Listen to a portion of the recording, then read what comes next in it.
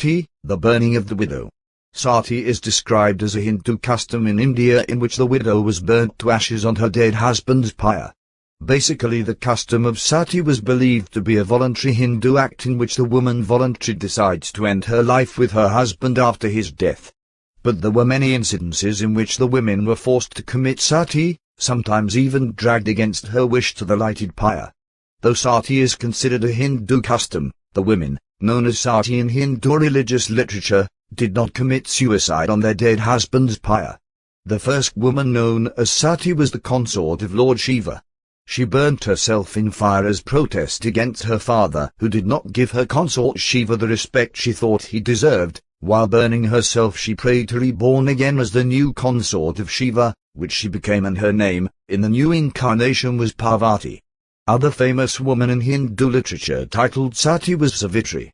When Savitri's husband Satyavan died, the Lord of Death, Yama, arrived to take his soul. Savitri begged Yama to restore Satyavan and take her life instead, which he could not do. So Savitri followed Lord Yama a long way. After a long way in which Yama noticed that Savitri was losing strength but was still following him and her dead husband, Yama offered Savitri a boon, anything other than her husband's life. Savitri asked to have children from Satyavan. In order to give Savitri her boon, Lord Yama had no choice but to restore Satyavan to life, and so Savitri gained her husband back. These two women, along with other women in Hindu mythology who were exceptionally devoted to their husbands, symbolized the truthful Indian wife who would do everything for their husband, and they were named Sati. The meaning of the word Sati is righteous. But is written earlier, the women named Sati, in Hindu religious literature, did not commit suicide on their dead husband's pyre. Therefore the custom of burning the widow on her dead husband's pyre probably did not evolve from religious background but from social background. There are different theories about the origins of Sati. One theory says that Sati was introduced to prevent wives from poisoning their wealthy husbands and marry their real lovers. Other theory says that Sati began with a jealous queen who heard that dead kings were welcomed in heaven by hundreds of beautiful women, called apsaras.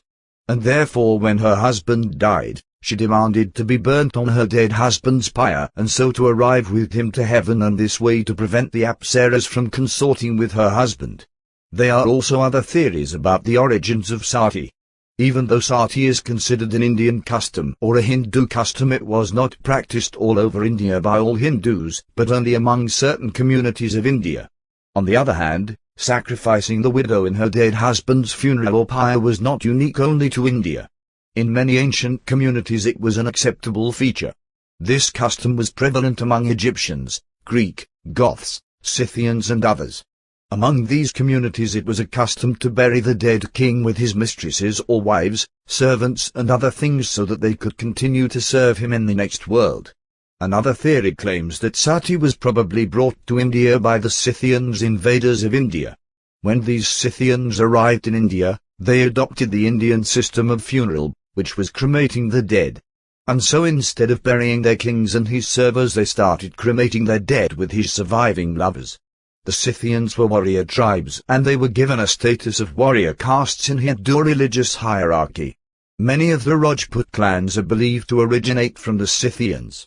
Later on, other castes who claimed warrior status or higher also adopted this custom. This custom was more dominant among the warrior communities in North India, especially in Rajasthan, and also among the higher castes in Bengal in East India. Among the Rajputs of Rajasthan, who gave lot of importance to valor and self-sacrifice, wives and concubines of the nobles even committed suicide when they came to know that their beloved died in battlefield. In other parts of India it was comparatively low. And among the majority of Indian communities it did not exist at all. A few rulers of India tried to ban this custom.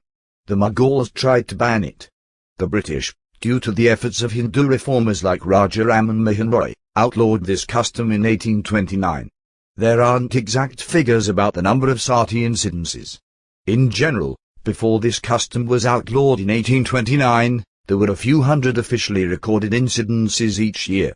Even after the custom was outlawed, this custom did not vanish completely.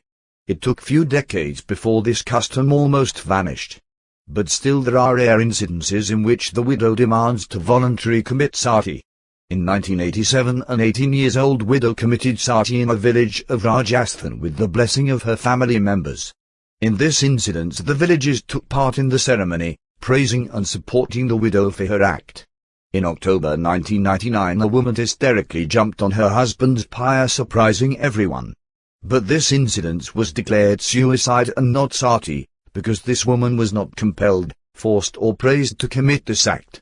In different communities of India, sati was performed for different reasons and different manners. In communities where the man was married to one wife, the wife put an end to her life on the pyre. But even in these communities, not all widows committed sati. Those women who committed sati were highly honored and their families were given a lot of respect. It was believed that the woman who committed sati blessed her family for 7 generations after her.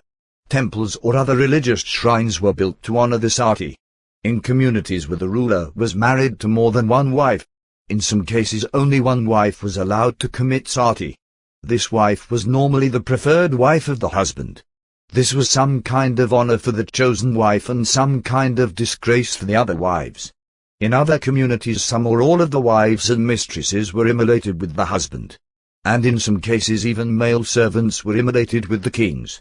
This kind of sati in which the wives and servants were treated as the ruler's property intensifies the theory that sati was introduced to India by the Scythian invaders of India.